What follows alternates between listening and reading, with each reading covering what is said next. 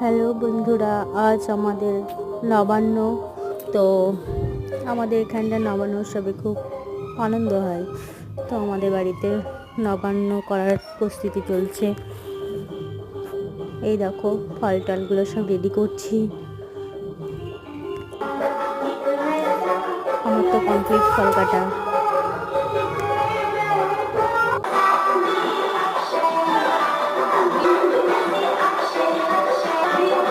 দুপুরের খাবার রেডি হচ্ছিল, এখানে পায়েস চলছে, এরপর হবে মাছ ভাজা, তারপর পালং শাক, আরও অনেক কিছু রেসিপি ছিল, সব কিছু দেখাতে পারিনি।